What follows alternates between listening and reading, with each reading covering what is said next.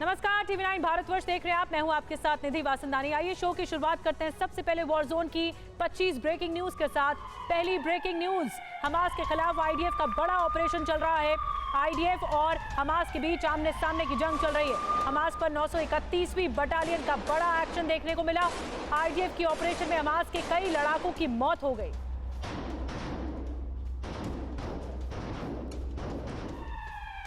Israeli air force का Hamas पर बहुत बड़ा हमला। इजरायली एयरफोर्स के ताबड़तोड़ रॉकेट अटैक, आसमान में इजरायल की रॉकेट वर्षा।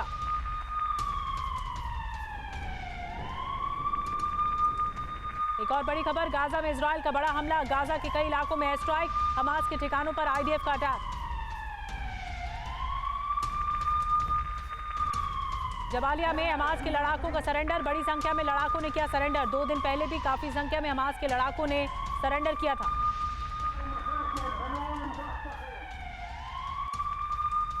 आईडीएफ के जवान ने बिल्डिंग उड़ाने की मांगी इजाजत। बेटी के बर्थडे गिफ्ट के लिए बिल्डिंग उड़ाई। आईडीएफ जवान ने फोन पर बिल्डिंग उड़ाने की मांगी इजाजत।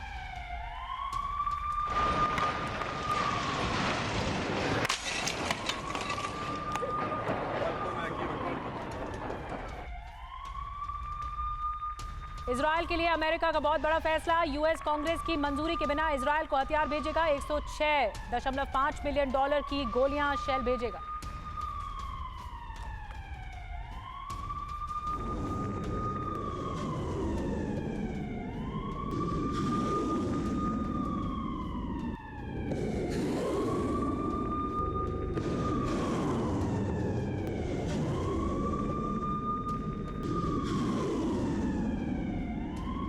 और ब्रेकिंग न्यूज, अमेरिका के वीटो पर ईरान की धमकी।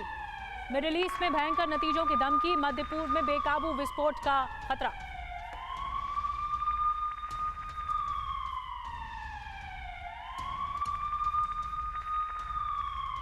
एक और ब्रेकिंग न्यूज, गाजा के जबालिया में आईडीएफ और हमास में भिड़ंत। ग्राउंड ऑपरेशन के दौरान हुई भिड़ंत। जबालिया में आईडीएफ की छापेमारी जारी।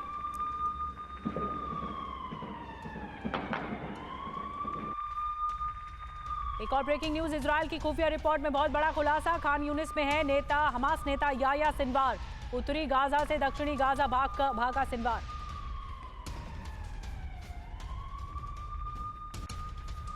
दसवीं ब्रेकिंग न्यूज, हिजबुल्लाह के ठिकानों पर भीषण हवाई हमला। आईडीएफ का कई ठिकाने तबाह करने का दावा।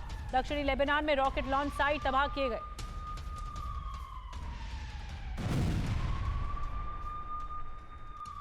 एक और ब्रेकिंग न्यूज, यूएनएससी में अमेरिका के वीटो पर बढ़ा विवाद। अमेरिका का वीटो गैर जिम्मेदाराना। चीन ने अमेरिका को पाखंडी बताया। रूस ने कहा यूएस का वीटो मौत की सजा जैसा।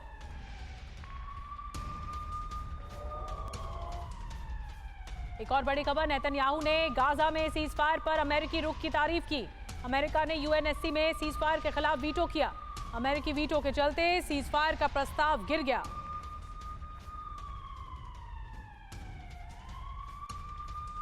वेस्ट बैंक में रामल्ला में इजरायल का ऑपरेशन। रामल्ला में आईडीएफ और हमास समर्थकों में भिड़ंत। इजरायली सेना ने हमास के ठिकानों पर की फायरिंग।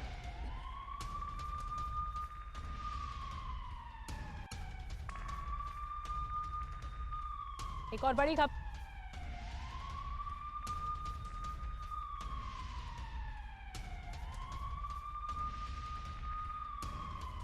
और बड़ी खबर, गाजा में इजरायल के हमले तेज। जबालिया कैंप में भीषण अटैक। आईडीएफ ने जारी किया ऑपरेशन का वीडियो।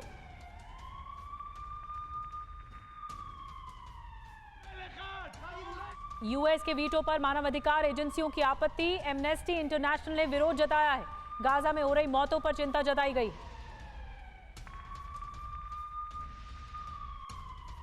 एक और बड़ी खबर, वेस्ट बैंक के तुबास में इजरायली सेना का हमला। तुबास के एक घर पर की बमबारी। हमले के बाद दिखी आग की लपटें।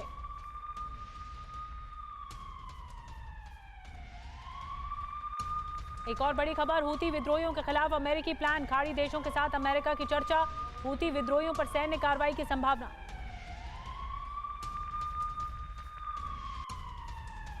एक और बड़ी खबर, अमेरिकी वीटो से गुस्से में इस्लामिक देश। अरब इस्लामिक देशों ने जताई नाराजगी। ब्लिंकन से गाजा युद्ध रुकवाने की मांग।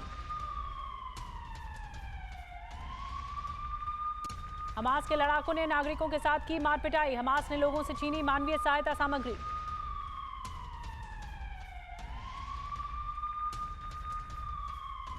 हिजबुल्लाह के खिलाफ इजराइल का एक्शन, आईडीएफ ने लेबनान पर दागी मिसाइल, हिजबुल्लाह के ठिकानों को किया टारगेट।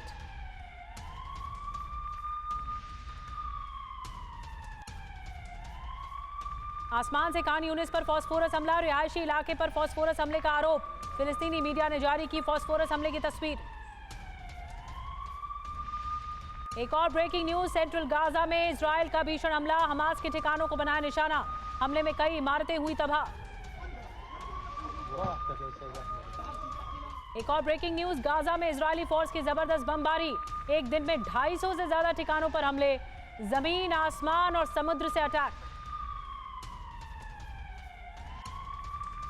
एक और ब्रेकिंग न्यूज, उत्तरी गाजा के शुजाया में आईडीएफ की छापेमारी, हमास के ठिकानों पर आईडीएफ ने मारा छापा।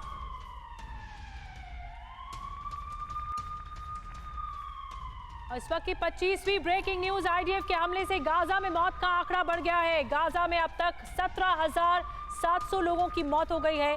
जंग में अब तक 48,780 लोग घायल हुए हैं।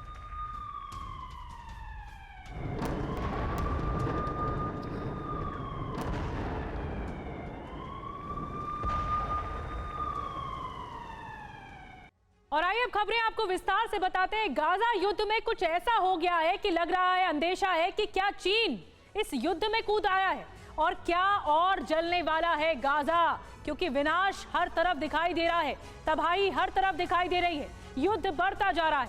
गाजा विनाश की नई स्क्रिप्ट लिखी जा चुकी है। इजराइल ने 60 दिन के नए प्लान का ऐलान भी कर दिया है, तो अमेरिका ने वीटो से सीजफायर प्रस्ताव गिराकर इरादे भी साफ कर दिए हैं। और न तो इजराइल और न ही अमेरिका पीछे हटने के मूड में इस वक्त दिख रहा है। मतलब हमास के संपूर्ण सर्वनाश का पूरा खाका खींचा जा चुका है। इसकी तस्वीरें भी अब सामने आने लगी हैं। पिछले 24 घंटे में हमास पर आईडीएफ ने हमलों की बौछार कर दी है। हमास के 250 ठिकानों को मिट्टी में मिला दिया गया। इसीलिए हम कह रहे हैं कि यह हमास के संपूर्ण संहार का महज एक ट्रेलर भर है। तबाही की पूरी तस्वीर हमास के सर्वनाश के बाद आनी बाकी है और वो तभी शायद पूरी होगी। तो पहली बड़ी खबर से शुरुआत करते हैं। गाजा में आईडीएफ के ताबड़तोड़ विध्वंसक हमले हुए हैं। 24 घंटे में हमास के 250 ठिकाने तबाह हो गए। आईडीएफ जमीन और आसमान से लगातार बम बरसा रही है।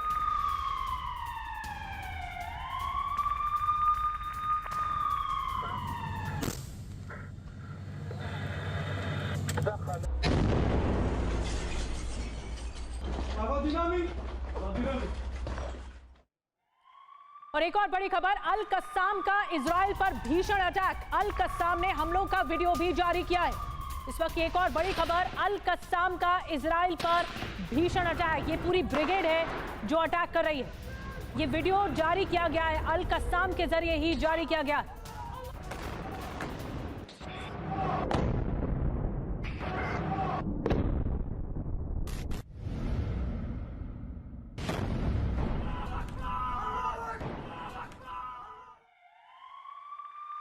और एक और बड़ी खबर, मिडिल ईस्ट में तनाव के बीच ईरान का शक्ति प्रदर्शन।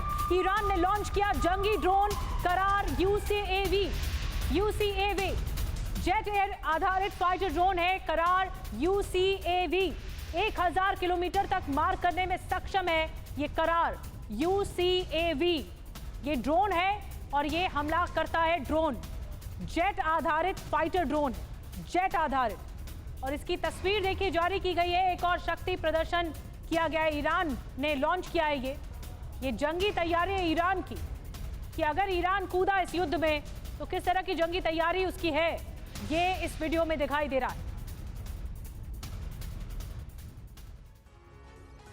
और एक और बड़ी खबर, हिजबुल्लाह के खिलाफ इजराइल का एक्शन देखने को मिल रहा है। आईडीएफ ने लेबनान पर दागी है मिसाइल, हिजबुल्लाह के ठिकानों को टारगेट किया गया है। हमले में हिजबुल्लाह का ठिकाना तबाह हो गया। हिजबुल्लाह की धमकी के बाद अटैक किया गया।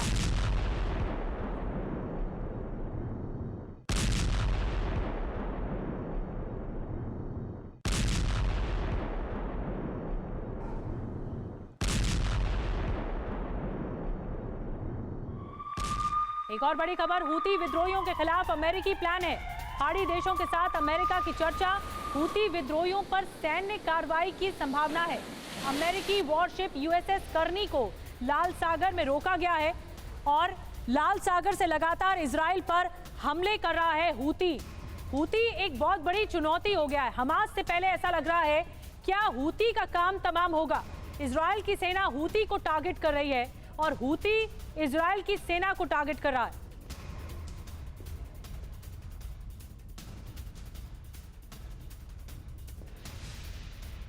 आशंका बढ़ गई है विश्व युद्ध 3 की।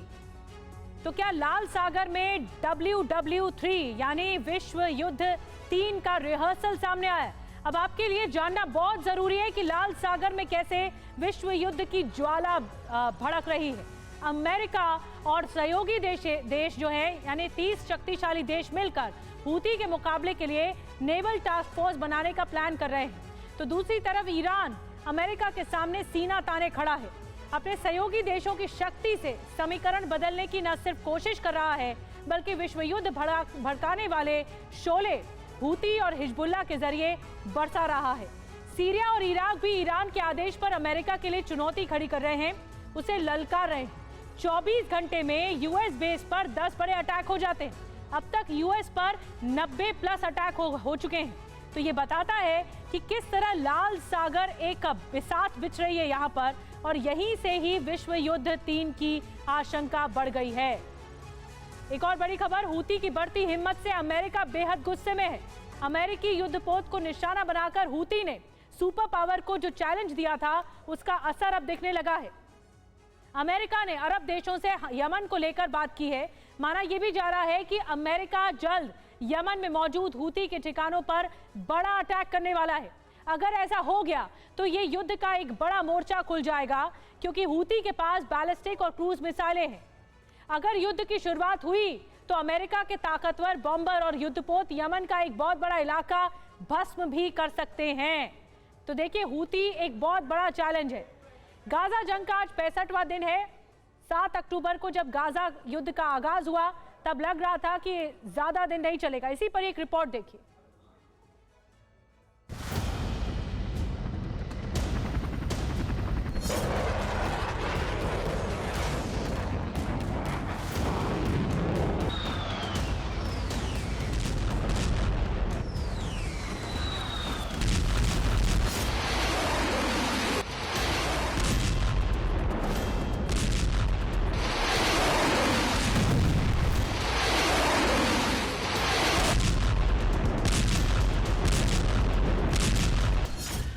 दुनिया का सबसे ताकतवर देश, जिसके हथियारों को देखकर कोई भी दुश्मन आंख उठाने की हिम्मत नहीं करता।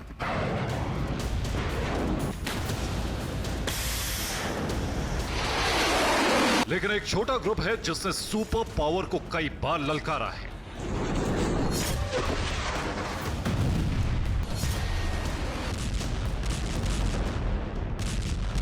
इस संगठन का नाम है हूती। मुट्ठी भर लड़ाकों वाला यह संगठन ऐसी जरूरत कर रहा है जिसे अमेरिका कभी माफ नहीं कर सकता है।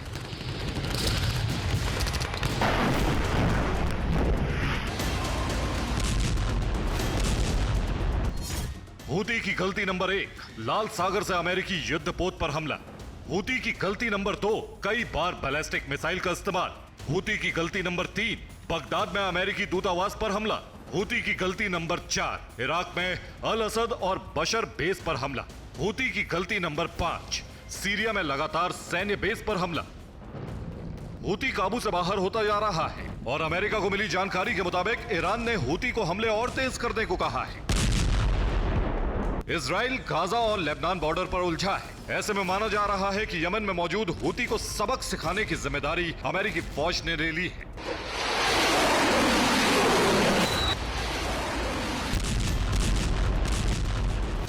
अमेरिका ने हूती के खिलाफ अभियान की शुरुआत कर दी है।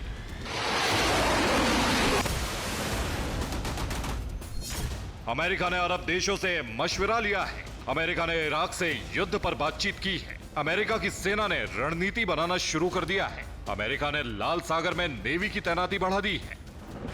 माना जा रहा है कि जल्द ही यमन में हूती के ठिकानों को तबाह करने के लिए बमबारी की शुरुआत कर दी जाएगी।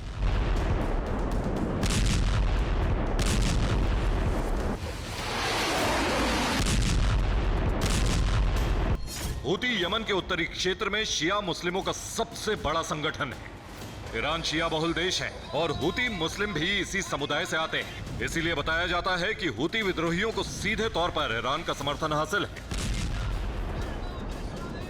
यही वजह है कि अब अमेरिका हूती के बहाने इजराइल को भी सबक सिखाना चाहता है।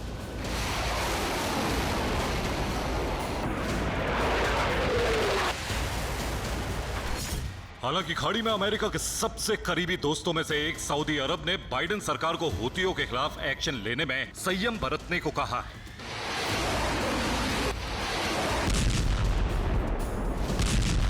सऊदी को लग रहा है कि यमन में अमेरिका का एक्शन शुरू होते ही अरब भी हूती के टारगेट पर आ जाएगा। लाल सागर में अमेरिकी नेवी पर हूती के मिसाइलों का प्रहार तेज हो जाएगा। यही वो रूट है जिससे सबसे ज्यादा तेल के टैंकर वाले जहाज गुजरते हैं। सऊदी अरब दुनिया का सबसे बड़ा तेल उत्पादक देश है। इसकी वजह से सऊदी अरब ने अमेरिका को संयम बरतने को कहा है ताकि विवाद को और भड़काने से रोका जा सके।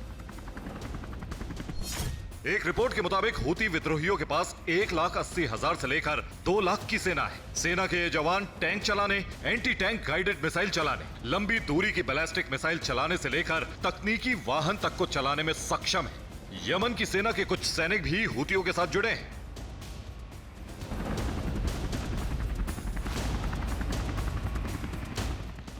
हूती के कहर को देखते हुए अमेरिका रेड सी में नेवल टास्क फोर्स का गठन करने की तैयारी में है।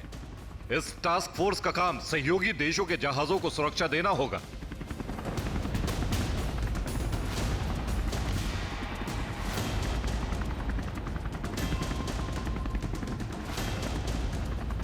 लेकिन फिर सऊदी अरब हूती हमला करने के फैसले के पक्ष में नहीं। अमेरिका ने मिडिल ईस्ट के देशों को भरोसा दिया है।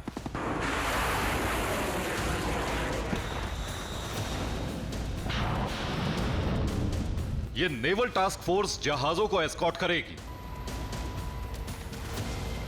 हूती के हमलों पर तुरंत पलटवार किया जाएगा।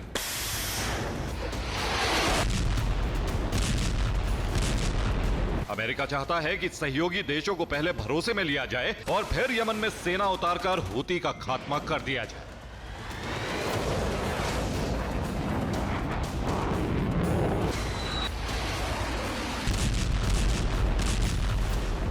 हालांकि एक्सपर्ट्स के मुताबिक रेड सी में अमेरिका के टास्क फोर्स का मकसद ईरान को घेरना है। International institute for strategic studies के मुताबिक हूती के पास बड़ी संख्या में एंटी शिप मिसाइलें मौजूद हैं, जो लाल सागर में मौजूद अमेरिकी युद्धपोत के लिए बड़ा खतरा है। हूती के पास कई तरह की बैलिस्टिक मिसाइलें हैं।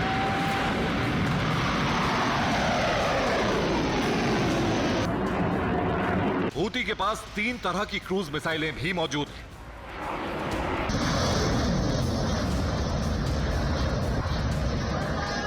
Bureau report, TV9 Bharatvarsh.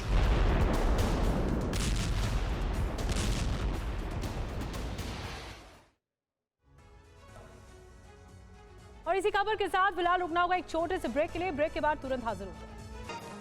तो इस वक्त की सबसे बड़ी खबर आपको बता दें, विष्णुदेव साय होंगे छत्तीसगढ़ के नए मुख्यमंत्री। विधायक दल की बैठक में ये फैसला हो चुका है। विष्णुदेव साय के नाम पर मुहर लग गई है, आम सहमति बन गई है। विष्णुदेव साय छत्तीसगढ़ के नए मुख्यमंत्री होंगे। कुछ देर में ऐलान भी किया जाएगा। जो जानकारी इस वक्त हमें मिल रही है, लगातार मंथन चल रहा था छत्तीसगढ़ का नया मुख्यमंत्री कौन होगा। तस्वीर आपको दिखा रहे हैं विष्णुदेव साय की। विधायक दल की बैठक में फैसला हुआ है, छत्तीसगढ़ के नए सीएम होंगे विष्णुदेव साय और उनके नाम पर औपचारिक ऐलान कुछ ही देर में होगा। जो जानकारी इस वक्त हमें मिल रही है, औपचारिक तौर पर नाम का ऐलान होगा। 3 बार प्रदेश अध्यक्ष रहे, राज्य के अध्यक्ष रहे। विष्णुदेव साय कौन है आपको हम बता रहे हैं। इसके अलावा प्रदेश में बड़ा आदिवासी चेहरा माने जाते हैं विष्णुदेव साय। रायगढ़ से पूर्व सांसद भी रहे और इसके अलावा उनके बारे में बताया जाता है कि मोदी सरकार में कैबिनेट मंत्री रहे। आदिवासी बहुल इलाके में एक बड़ा चेहरा है। संगठन और आरएसएस के भी करीबी रहे विष्णुदेव साय। पार्टी कार्यकर्ताओं में उनकी बहुत अच्छी पकड़ है और बूथ कार्यकर्ताओं के साथ उनका संवाद होता है। जनता के बीच उनकी बहुत साफ छवि है और इसीलिए उनके नाम पर सहमति बनी तमाम विधायकों से भी राय मशवरा लिया गया था जो विधायक छत्तीसगढ़ के हैं। उसके बाद अब उनके नाम पर सहमति बनी है। औपचारिक ऐलान कुछ ही देर में संभव है जो हमें जानकारी मिल रही है, लेकिन सहमति बन गई है। छत्तीसगढ़ के मुख्यमंत्री होंगे विष्णुदेव साय।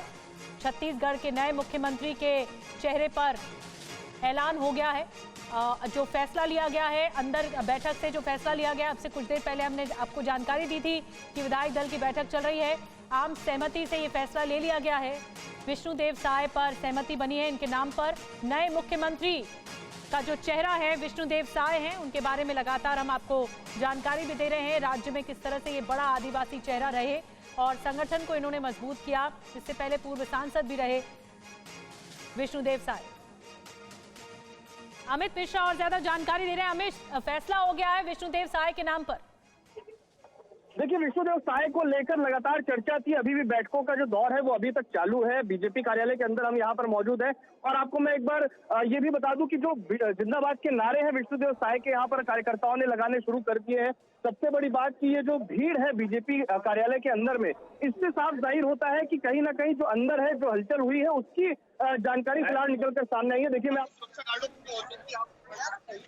सुरक्षा गार्ड है वो भी गेट के बाहर तैनात कर दिए गए हैं। तो ये साफ जाहिर करता है कि यहाँ पर अब कुछ ही मिनट बाकी है। जैसे ही विधायक दल की ऑफिशियल बैठक खत्म होगी, कहा यह भी गया था कि मीडिया को अंदर बुलाया जाएगा, प्रेस कॉन्फ्रेंस करके ऑफिशियली नाम की जो घोषणा है वो की जाएगी। लेकिन जिस तरीके से कार्यकर्ताओं का हुजूम यहाँ पर उमड़ा है अचानक से और उसके बाद जिंदाबाद के नारे यहाँ पर कार्यकर्ताओं ने लगाने शुरू कर दिए हैं, इससे एक अंदाजा यहाँ पर लगाया जा रहा है कि विष्णुदेव साय ही अब यहाँ पर उनका ही नाम निकलकर सामने यहाँ पर बाहर आएगा। लेकिन फिर भी जिस तरीके से जो ओबीसी, एसटी, एससी तमाम वर्गों को साधने की जो कोशिश थी, विष्णुदेव साय का नाम बाहर आना, इससे साफ जाहिर होता है कि लंबे अंतराल के बाद केंद्र ने जिस तरीके से केंद्र में वो रहे थे, केंद्र में रहने के बाद केंद्रीय राज्य मंत्री में उनको रखा गया था, तो उसके बाद एक सौम्य चेहरा, एक आदिवासी चेहरे को लेकर जिस तरीके से चर्चा चल रही थी, उस पर यहाँ पर मुहर लगती हुई नजर आ रही है। आपको एक बार फिर से मैं कोशिश करता हूँ कि ये जो जिंदाबाद के नारे हैं ना, ये आपसे सीधे तौर पर ये जो नारे हैं ये बता रहे हैं, किसके जिंदाबाद के नारे आप लोग लगा रहे हैं? भारतीय जनता पार्टी नेतृत्व जिंदाबाद के नारे लगा रहे हैं। नहीं, आप लोग इसके बारे में कोई नाम पार्टी संगठन जिसको निर्णय है सर्वमान्य कार्यकर्ताओं की पार्टी, भारतीय जनता पार्टी, सारे कार्यकर्ता। मुख्यमंत्री आपके हिसाब से लगता है किसको बनना चाहिए? आप उन्हीं के क्षेत्र के हैं, सोवेत्रा क्षेत्र से। तो जो एक बड़ा वर्ग है वो यहाँ पर मौजूद है जो विष्णुदेव साय के जिंदाबाद के नारे लगा रहा है। इससे साफ जाहिर ये होता है कि जो कार्यकर्ता है वो अगर यहाँ पर आ जाते हैं और उसके बाद अचानक जी हो जाते हैं, ये भीड़ है, आप इससे अंदाजा लगाइए। बिल्कुल, तस्वीरें दिखा रहे हैं अमित मिश्रा, इस वक्त वहीं से तस्वीरें दिखा रहे हैं जहां पर विधायक दल की बैठक हो रही थी बीजेपी ऑफिस से। और ये देखिए, मिठाई खिलाते हुए तस्वीरें भी सामने आ रही हैं विष्णुदेव साय की। छत्तीसगढ़ का ये चुनाव, थोड़ी देर में औपचारिक ऐलान संभव है, लेकिन छत्तीसगढ़ का एक बड़ा किसान आदिवासी चेहरा माने जाते हैं विष्णुदेव साय। और 1990 से उन्होंने सरपंच पद से अपनी राजनीति की शुरुआत की थी विष्णुदेव साय ने। और इससे पहले 4 बार के सांसद भी रहे, 3 बार विधायक रहे। 1989 से अपने ही गांव में उन्होंने पंच पद से शुरुआत की थी राजनीति की। अमित हमारे साथ लगातार जुड़े हुए हैं। अमित, कुछ देर में बताया जा रहा है औपचारिक ऐलान होगा।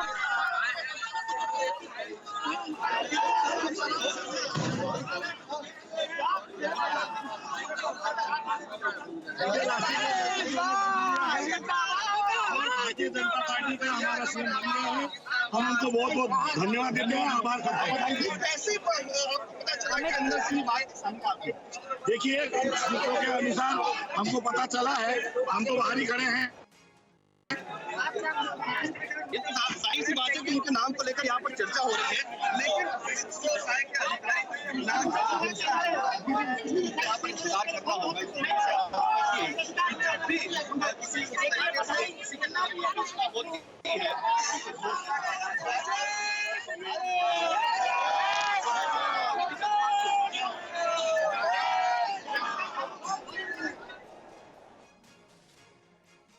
वहाँ पर इस वक्त खुशी का माहौल है, खुशी की लहर है। छत्तीसगढ़ में नया मुख्यमंत्री जो है उनके नाम पर फैसला हो गया, विष्णुदेव साय के नाम पर। कौन है विष्णुदेव साय, ये भी जानकारी लगातार हम आपको दे रहे हैं। 3 बार के राज्य अध्यक्ष रहे, प्रदेश अध्यक्ष रहे, इसके अलावा सांसद भी रहे हैं। रायगढ़ लोकसभा सीट से प्रदेश में बड़ा आदिवासी किसान, आदिवासी चेहरा माने जाते हैं। अपने ही गांव से उन्होंने पंच पद से भी राजनीति की शुरुआत की थी। रायगढ़ लोकसभा सीट से पूर्व सांसद भी रहे। विष्णुदेव साय पर आम सहमति बन गई इनके नाम पर। 3 बार के राज्य अध्यक्ष भी रहे और मोदी सरकार में कैबिनेट मंत्री भी रहे विष्णुदेव साय। और अमित मिश्रा भी हमारे साथ मौजूद हैं, वो इस वक्त माहौल वहां पर दिखा रहे हैं। कुछ ही देर में बताया जा रहा है, अमित जैसा कि जानकारी दे रहे थे कि नाम पर फैसला तो हो गया है, लेकिन अब औपचारिक ऐलान का इंतजार भी हो रहा है। और शुभम गुप्ता भी हमारे साथ जुड़ गए हैं। शुभम, छत्तीसगढ़ पर तो नाम का फैसला हो गया, लेकिन अब मध्य प्रदेश में छत्तीसगढ़ को लेकर अब तक काफी सस्पेंस था कि कौन है। कई सीएम पद के चेहरे थे जिनका नाम आगे आ रहा था, लेकिन फाइनली विष्णुदेव साय के नाम पर सहमति बन गई है। शुभम, देखिए निधि, हम लगातार चर्चा एक हफ्ते से कर रहे हैं, क्योंकि पिछले रविवार ही इन जो के नतीजे आए हैं और ये पहली बार देखने को मिला है जब बीजेपी ने इतना समय लिया हो अपने मुख्यमंत्री को लेकर। और जो कहा जा रहा था, समझा जा रहा था कि चौंकाने वाला नाम आएगा, कोई नया नाम आएगा, क्योंकि छत्तीसगढ़ में भी देखिए 15 साल मुख्यमंत्री अगर बीजेपी की तरफ से कोई रहा तो वो रमन सिंह रहे।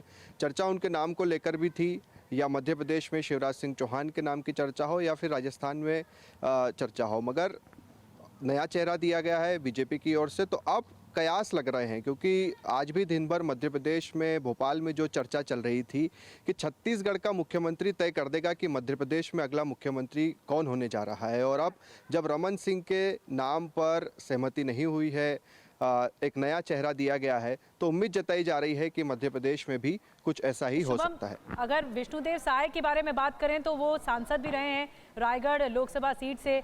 और अमित के पास चलते हैं, वहां पर इस वक्त हलचल तेज है। Amit, over to you. तस्वीरें भी दिखाइए, वहां से क्या तस्वीरें आ रही हैं और कुछ देर में औपचारिक ऐलान संभव है।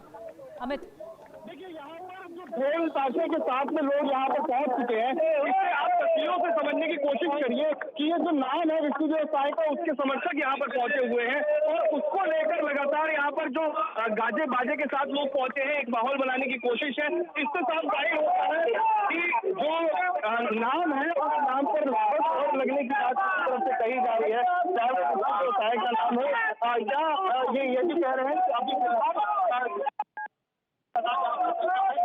लेकिन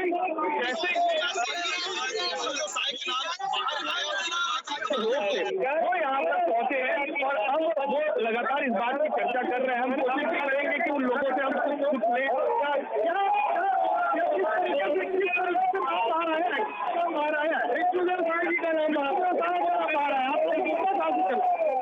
ये न्यूज में भी आ रहा है, अंदर के लोगों ने बताया है, वो जो कार्यकर्ता है वो इस बात पर जिक्र कर रहा है कि जो विधायकों के साथ अंदर लोग मौजूद हैं, जो कुछ बीजेपी के कार्यकर्ता मौजूद हैं, आप यहाँ पर भीड़ देखकर ही इस बात का अंदाजा लगा सकती हैं कि किस तरीके से जो दृश्य है अचानक से परिवर्तन हो गया। अभी तक बहुत पूरी तरीके से शांत था, उसके बाद अचानक गेट से कार्यकर्ताओं का एक हुजूम अंदर आता है और उसके बाद विष्णुदेव साय के नाम के नारे लगने शुरू हो जाते हैं। हालांकि आदिवासी और एसटी वर्ग को साधने की जो कोशिश थी बीजेपी की, उस पर विष्णुदेव साय का नाम भी जाहिर सी बात है चल रहा था। और ऐसे में सरगुजा और रायगढ़ जो लोकसभा सीटें हैं वो कहीं ना कहीं सीधे विष्णुदेव साय, क्योंकि 14 की 14 जो संभाग है सरगुजा के, 14 की 14 सीटें बीजेपी ने इस बार हासिल की है। एक भी सीट कांग्रेस को नहीं मिली। सिर्फ ऐसी परिस्थितियां जो थी छत्तीसगढ़ के अलग अलग जगहों पर थी। तो इससे साफ जाहिर होता है कि यहाँ पर जो दृश्य है वो कहीं ना कहीं सरगुजा जो संभाग है। विष्णुदेव साय के जो समर्थक हैं वो लगातार नारेबाजी कर रहे हैं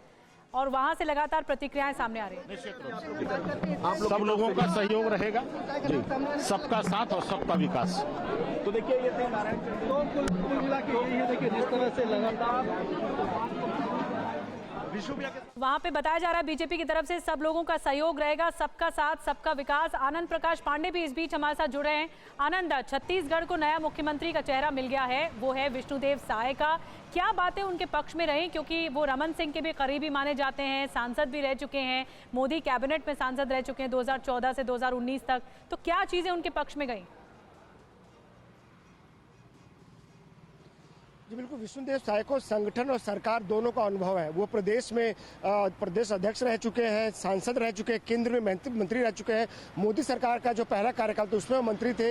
इसके अलावा संघ के भी करीबी हैं और सबसे बड़ी बात यह है कि रमन सिंह, जो कि एक तरह दावेदार माना जाएगा, वो भी सीएम पद के दावेदार थे, वो 3 बार मुख्यमंत्री रह चुके हैं, उनके भी करीबी विष्णुदेव साय है। तो ऐसे में जो एक एग्जाम्पल होना चाहिए, जो सबको साथ लेकर चले, जिसको सरकार का अनुभव हो, जिसको संगठन का अनुभव हो, जो संघ के करीबी हो, वो सारी बातें जो है विष्णुदेव साय के पक्ष में जाती है और यही वजह है कि उनके नाम पर सहमति बनी है। और रही बात पुराने नेताओं की, तो अब इससे ये पता चलता है बीजेपी ये मैसेज देना चाहती है कि समय आ गया कि अब नए नेताओं को आगे लाया जाए और उसी कड़ी में विष्णुदेव साय के नाम पर सहमति बनाई गई है और कुछ देर में औपचारिक ऐलान भी हो जाएगा। और जो हम आपको बताएं कि जो जिस बेल्ट से आते हैं, कुरकुरी विधानसभा को रिप्रेजेंट करते हैं और खासतौर से ये जिस बेल्ट से आते हैं उस बेल्ट में बीजेपी का प्रदर्शन अब तक का सबसे अच्छा रहा है। आदिवासी समाज से आते हैं और ऐसे में आप अजीत जोगी को छोड़ दे तो उसके बाद कोई भी आदिवासी जो है मुख्यमंत्री छत्तीसगढ़ में नहीं बन पाया। बहुत बड़ी स्ट्रैटेजी है बीजेपी की और यही शायद स्ट्रैटेजी शायद मध्य प्रदेश और राजस्थान में भी देखने को मिलेगी। बहरहाल मैं अमित के पास चलूंगी क्योंकि वहां लगातार हलचल हो रही है, प्रतिक्रिया सामने आ रही है। जी अमित, बताइए। जी देखिए, यहाँ पर की जो परिस्थितियां हैं, कार्यकर्ताओं का जो जोश है, लगातार नारेबाजी यहाँ पर हो रही है और जो कार्यकर्ताओं का जोश है वो साफ तौर पर देखने को मिल रहा है। आप कार्यकर्ताओं से भी बात करेंगे, आखिरकार बीजेपी में बहुमत किसकी, किस तरीके से सामाजिक आंकड़े को बैठाने की कोशिश की गई है और आपको लगता है कि छत्तीसगढ़ में कौन सा चेहरा सबसे ज्यादा कारगर होगा? पार्टी जिस पर मुहर आई है तो चेहरा कारगर होगा, क्योंकि भारतीय जनता पार्टी अभी नहीं, आने वाले समय का सोचकर चलती है। किसके नाम पर मुहर लगाई है? फाइनल हो गया, बिल्कुल फाइनल हो गया विष्णुदेव साय जी। तो आपको लगता है कि जो एसपी, एसटी और ओबीसी को लगातार साधने की कोशिश की जा रही थी उसमें बीजेपी सफल रही? ऐसा हमारे पार्टी बना हुआ है, देखिए जाहिर सी बात है उत्साह बना हुआ है। ये जो तमाम लोग हैं इसलिए उत्साह यहाँ पर देखने को मिल रहा है क्योंकि ओबीसी को लगातार ये कहा जा रहा था कि विष्णुदेव साय चाहे वो आदिवासी वर्ग से हो या ओबीसी वर्ग से हो, मुख्यमंत्री इन्हीं दोनों वर्गों से यहाँ पर चुना जा सकता है। सबसे देर से रमन सिंह यहाँ पर पहुंचे थे। कहा यह जा रहा था कि जब खाना खाने का वक्त था, तमाम विधायक जो थे वो जब खाना खाने के लिए यहाँ पर इकट्ठा हुए थे, उस दौरान में भी रमन सिंह जो थे वो पूर्व मुख्यमंत्री काफी देर से पहुंचे थे।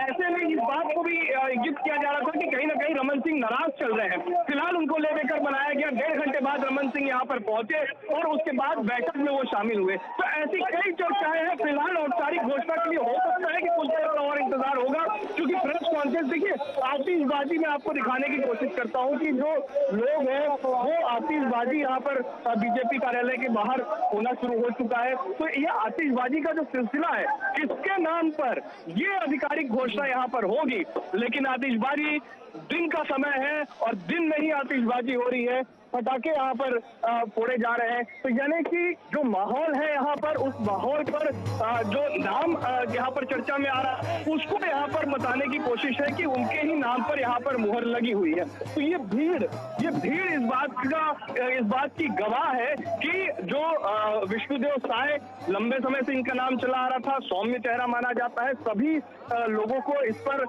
जो थी वो उनके नाम को लेकर कोई भी परेशानी नहीं थी। ये कहा जाता है सभी विधायकों को, सभी पूर्व मंत्रियों को, बल्कि पूर्व मुख्यमंत्री रमन सिंह को भी यहाँ पर मना लिया गया है, ये कहा जा रहा था। तो आप देखिए ये ढोल बाजे के साथ लोगों का जो हुजूम है, आप समझिए इससे जाहिर होता है कि माहौल है, माहौल में नाम सामने आए हैं।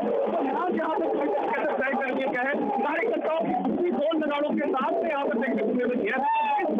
ये तो नाम जो साय का है, ये तमाम उनके समर्थक जो यहाँ पर खड़े हुए हैं और वो समर्थक ही है जो यहाँ पर खुशी जाहिर कर रहे हैं। उनके नाम को लेकर यहाँ पर ढोल बाजे नगाड़े बज रहे हैं, आतिशबाजी हो रही है। तो ये तमाम बातें बिल्कुल अमित, बनाए रखिए, तस्वीरें दिखा रहे हैं अमित। ढोल नगारों के साथ इस फैसले का स्वागत किया जा रहा है। छत्तीसगढ़ में नया मुख्यमंत्री जो कि फैसला लिया जा चुका है। 3 पर्यवेक्षक लगातार मंथन कर रहे थे इसको लेकर। विधायक दल की बैठक में फैसला लिया गया, विष्णुदेव साय मुख्यमंत्री होंगे छत्तीसगढ़ के। एक छोटे से ब्रेक के लिए रुकना होगा, बड़ी खबरों के साथ फिर हाजिर होंगे।